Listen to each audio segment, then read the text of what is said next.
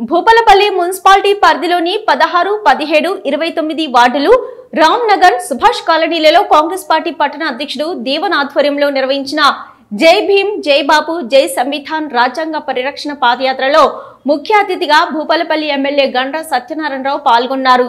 ముందుగా బాపూజీ, అంబేద్కర్, భారత రాజ్యాంగ పీఠిక చిత్రపటాలకు ఎమ్మెల్యే పూలమాల వేసి రాజ్యాంగ పరిరక్షణ ప్రతిజ్ఞ చేసి యాత్రను ప్రారంభించారు. యాత్ర అనంతరం ఎమ్మెల్యే మీడియాతో మాట్లాడుతూ మన దేశ రాజ్యాంగం అమల్లోకి వచ్చి 75 సంవత్సరాలు పూర్తయిన సందర్భంగా రాజ్యాంగ విలువలపై ప్రజల్లో అవగాహన పెంచడమే లక్ష్యంగా ఈ కార్యక్రమం నిర్వహిస్తున్నామన్నారు.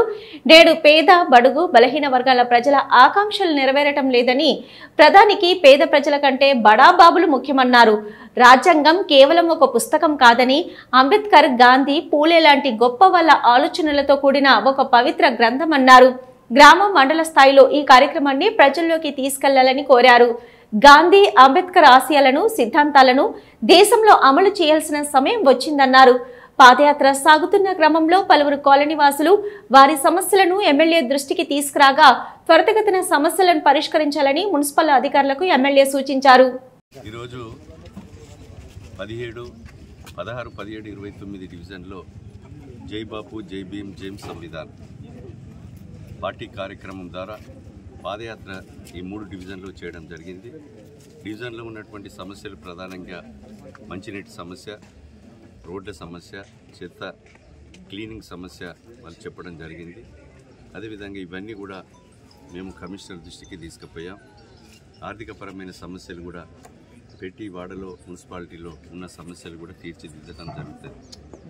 ఈ దేశంలో అధికారము, స్వాతంత్రం బ్రిటిష్, ఇంగ్లీష్ వాని చేతిలో ఉన్నప్పటి నుండి ఈరోజు స్వతంత్ర సమరయోధులు సుభాష్ చంద్రబోస్, గాంధీ తాత, అదేవిధంగా మరి నెహ్రూ వ్యక్తి ఈరోజు స్వతంత్రం కొరకు పోరాడి జైలు జీవితం సంవత్సరాల కొద్ది అనుభవించి జైల్లో ఉండి ఈరోజు ఈ దేశమే నాకు ముఖ్యమని పనిచేసినటువంటి నెహ్రూ కుటుంబం.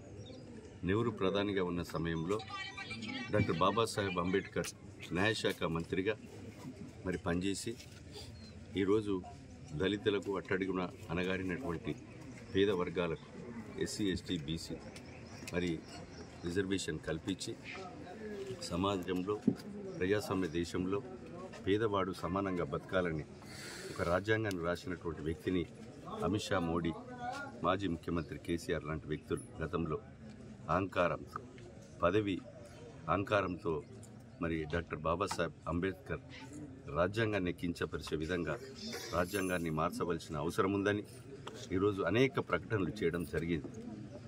మొన్న పార్లమెంట్లో కూడా అమిత్ షా ప్రకటన మీద కూడా గందరగోళమైంది. కనుక ఈరోజు నవ సమాజానికి, ఇక్కడున్నటువంటి యువతకు వాస్తవమైనటువంటి విషయాలు, స్వతంత్ర పోరాటంలో పాల్గొన్నటువంటి వ్యక్తుల చరిత్ర తెలియజేసే కొరకు ఈరోజు జై బాపు, జై భీమ్, జై సంవిధాన కార్యక్రమం నిర్వహించి ప్రజలకు తెలియజేయడం జరుగుతూ ఉంది. ఒక స్వతంత్రం